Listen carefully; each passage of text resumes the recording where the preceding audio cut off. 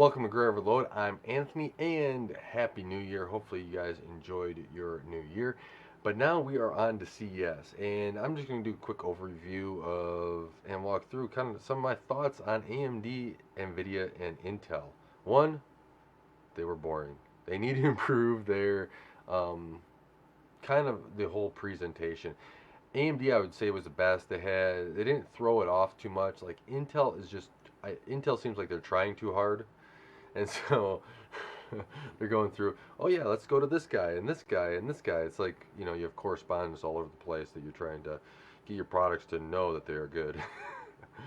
Which, AMD did some of that and just cut it out. Let's get us the products out and show us what your roadmap is, right? At CES, we're trying to show off the products for the consumers this year.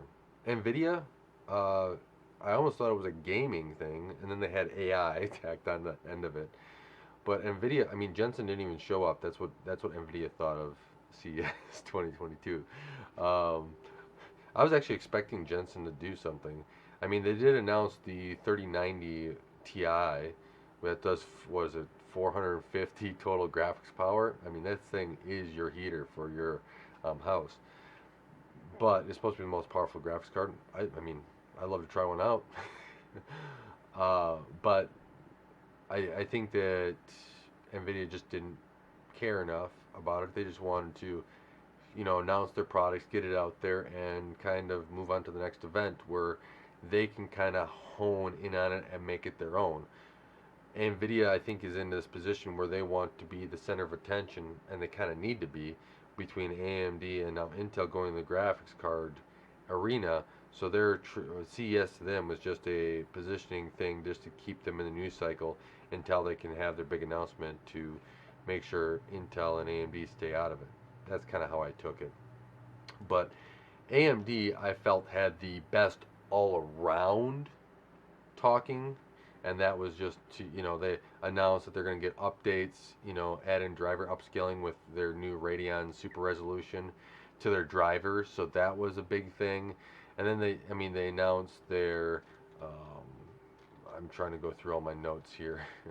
I should have, not gone this backwards, but they confirmed the Ryzen 7 5800X 3D, which is their 3D V cache, which was interesting that they announced just in the 5800. Now that's just supposed to, according to them, take back the gaming crown. I take their numbers with a grain of salt, but it is interesting that they did announce that, and that it only was a 5800. They didn't announce anything else.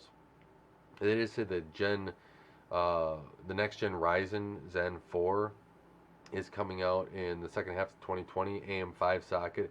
It's going to be an LGA 1718, if I'm recalling that right. PCI Gen 5, DDR5, all that fun stuff. So hopefully, supply chain issues and everything are ironed out, and people will be able to get their hands on them. And they announced the RTX, or not RTX. Oh man, I'm not on NVIDIA yet. The Radeon RX 6500 XT graphics card. They also have the 6400 XT for OEMs. So the 6500, I believe, is a $200 graphics card. I really wished I would have liked this underneath 150. I mean, if I'm wishing for things, I wish that graphics cards would have stock too right now, and that there would be more competitive graphics cards. But AMD did announce that. They also announced a new refresh of their 6000S series RX 6000S 6 nanometer refresh for their GPUs for laptops. So there's that coming. And there's just a whole bunch of like little products they did throughout that, a laptop here and there. But then they also announced their 6 nanometer Ryzen 6000 Rembrandt APUs. So that's up to 8 cores, Zen 3 plus cores, and they're boosting up to 5 gigahertz according to AMD. They have this, they also have RDNA 2, which is huge. That's finally into an APU. They're calling that like the 680 or something. I'm sure that there's different things. On their high end, that's a 680. I believe it was 5 gigahertz. What else? They're doing some max shift technology. They call it too now, which shifts the power to where it needs to be. Kind of like on their, what was it, Smart Shift before, or Smart Shift as well, if you have another GPU.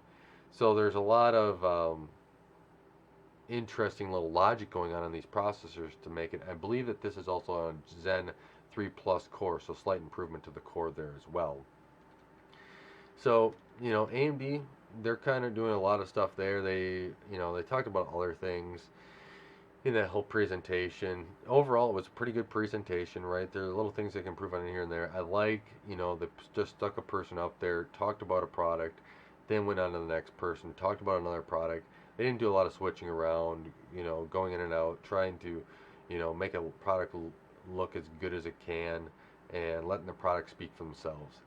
I like it when companies let products speak for themselves. How good is a product? The product should stand on its own. It shouldn't need to be talked up all the time.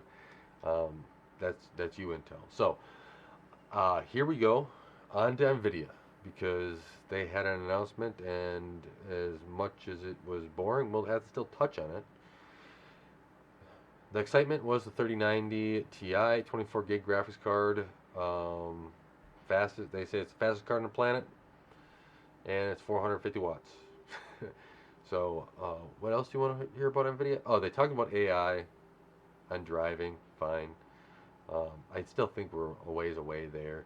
They're still, Intel and them, everyone's trying to go after this holy grail. Let's get our testing down first, people, on, getting stuff tested correctly. Because, I'm a software developer. I know how stuff gets tested. Eugh, in the industry. It's not good. Not very good at it. Let's get that ironed out first. But, oh yeah, they talked about RTX, Reflex. What else? What else? Oh yeah, a whole bunch of games. I thought I was at E3. Um, it was fine. I honestly felt like Nvidia's just there to stay in the news cycle. They did the 3090 to kind of crush everyone that would talk about graphics cards and keep them in the news about graphics cards. I think that they actually thought that Intel might and AMD might have actually more talking points about graphics cards. That's why they came out with the 3090 news here, or 3090 Ti news, because otherwise they would have did it on a different day and just took that. But the fact that Jensen wasn't there was a little weird. He didn't announce, the 3090, bring it out of an oven or anything. um, I expected him to be there, so yeah, that's how I kind of felt about it. I don't know. Leave it in the comments below what you guys thought. If you guys watched it, the NVIDIA one, how you got through it.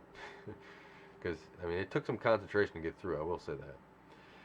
But Intel announced some stuff, right? Intel announced they expanded their lineup for the 65 and 35 watts of their 12th gen. The interesting part in all this was that they have a 12900KS now, the 12th gen, and this is 5.5 gigahertz on 5.2 all core. So they did a really good job there, and just keep on boosting this processor up until who knows when. Expanding that lineup with 6 and 4 cores. They have this now, a 4 core starting at $97. That's a really good entry point. I'm interested to see how they sell, because if they sell good, right, that should drive down AMD's price on theirs, so we should actually get more competition in the market. They also announced a little bit about their graphics cards and doing some DaVinci Resolve stuff on splitting up frames, rendering on the CPU, GPU, and a discrete GPU. All great stuff, Intel. I like showing that off, but you flipping back and forth between all these people, heck, even having one person, I understand that you're trying to talk your product up, but when they talk up their product the entire time, I really don't care. I'm there for Intel, right? I'm going to the Intel event, not some other company's event. Um, a lot of it didn't pertain to me, so maybe that's why I didn't care that much. uh, but you had, Intel showing off. And I think this is just a big deal. Alder Lake, I believe, is a bigger deal in the laptop segment than it is in the desktop segment. You have your power cores and your efficient cores, performance cores and your efficient cores, and I think it makes the biggest deal inside the laptop, because let's say you have a Surface now. Let's just go for a Surface, for example, because I got a Surface sitting in front of me. You can get some performance cores, but you can have a lot more efficient cores, make the device a lot more performant, hopefully get a lot more battery life out of the device, and being able to do more on the device, which is a bigger deal to me, because my portable device, for me, is as an assistive device, right? I'm taking it, places, I want to have it last as long as possible and do as much work as possible, and charging it infrequently. If I want to get actual work done, I'm going to my desktop all the time. But my the Surface or the laptop or whatever I'm using is an assistive device for me, and it needs to perform when I may just be sitting there for a while, and it needs to be powered up and still work and still be able to compute to get whatever I need to have done. So I really, really like the next gen 12 Alder Lake stuff. I like to get my hands on both of this and AMD's and just see how they compare and see which one is kind of more performant. So that is kind of rounding up. Oh yeah, Intel did their XeSS. I really like that technology. One that they want to keep it more open, so I'm more interested in it than DLSS, right? So there's like super sampling resolution stuff.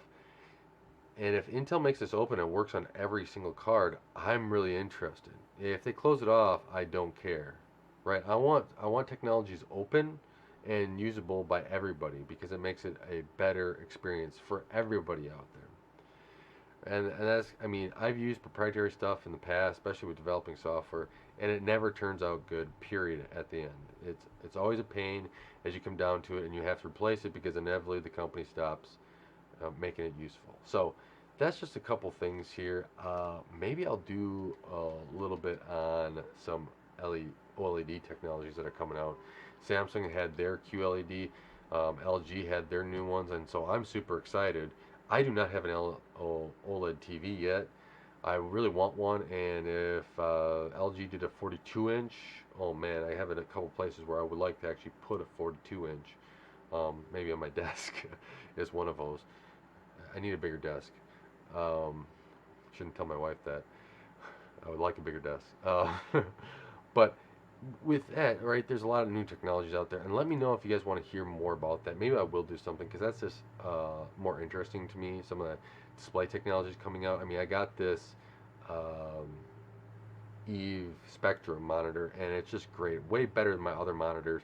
I actually wish I had 2 more or 3 more of these monitors in my house, but if they're going to come out with more OLED technologies for monitors, that's where I like to go to next because there's a lot of cool stuff there. So with that, thank you guys for watching.